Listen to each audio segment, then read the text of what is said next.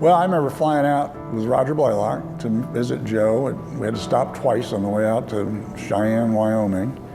And he came in with a Franklin planner. And he'd been here on staff. And he basically interviewed me.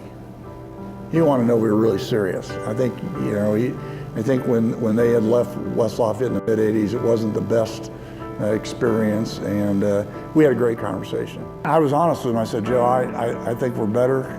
I think Coletto's done a good job of building a roster. It turned out we were right. Brandon Gorn, Matt Light, and those kids are all, Edwin Watson are all part of the roster. But I said, we don't really have two nickels to rub together, and I'll do the best I can. And I said, but if you help me, I'll help you. And we shook hands, and we had a great run together. I admire him, respected him. It's a hard job to do for as long as he did it. Best evaluator of talent I've ever seen. And he had a way of psychologically getting these kids' heads to get them prepared for a game. Just a great coach, and I'm really happy we got Tiller Drive named. I think that's a good addition north of the stadium. I'm glad he and Arnett come back each year and continue to have Purdue part of their family. Well, he's a character. His public persona is so different than his private persona.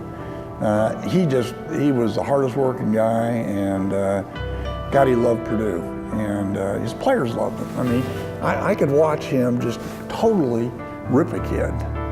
But before that kid left at 10 o'clock at night after study hall, he was walking out arm in arm with Gene. He just had a knack with doing that, and there was no more competitive coach. I mean, he could get Mackey more riled up by throwing that jacket than anybody could shake a stick at. But a great coach. My only, wish for him would have been he'd gotten to a Final Four and a national championship. Awful close in the pit in New Mexico. We were playing Wisconsin. I thought we were going to get over the hump, and a couple things happened. Wisconsin made a play, we didn't get there. But short of that, he is a Hall of Fame coach, and I'm glad he's been recognized by his peers.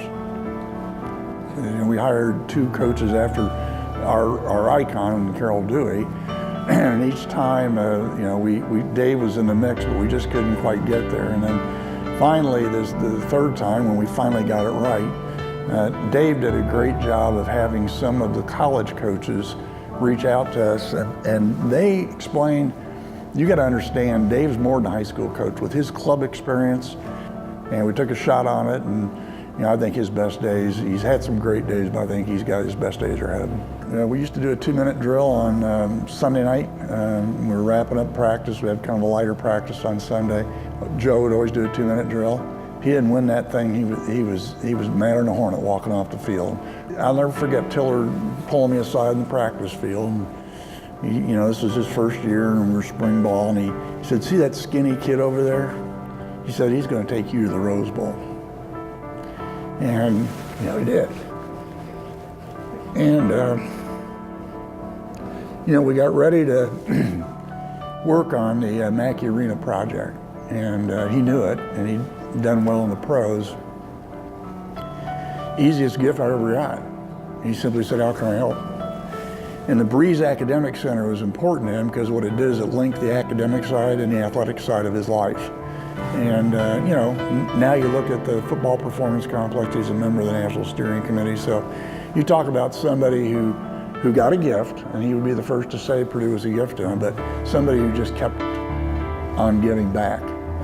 What a role model he is for everybody, and what a great young person. He'll be a difference maker well after the day that he hangs up his helmet. I remember when she was at Seeger High School and came here as Miss Indiana. We were all thrilled that she was coming. Her national championship year, she had the uncanny ability, whenever we needed to get the free throw line, she could draw a foul. I don't know how she did it. She wasn't the fastest, she wasn't the most athletic. She had tremendous body control. The game I'll remember the most about her, though, is when she went down against Duke. She hurt her ankle or something, and we were ahead, but it was a kind of a tenuous period. And so, Yukari, who was her sidekick all those years, the point guard, and Camille Cooper was the center. And those kids, they pulled Katie Douglas along, Kelly Kamara came in off the bench, and instead of folding their tent, they were going to make Stephanie get the ring. and pretty special. I'll never forget his first Big Ten championship. We're diving 1 meter, which wasn't his specialty, but it's about the second or third dive. We're all excited because he'd been in the Olympics in 2008, and he missed a dive. Well, similar to what he did in the Olympics, he fights his way back in, makes the semifinals. Well, he goes on to win the 1 meter. Almost didn't make the finals. That's eerie, because that's what exactly happened in London. Goes to the 3 meter and just destroys the competition.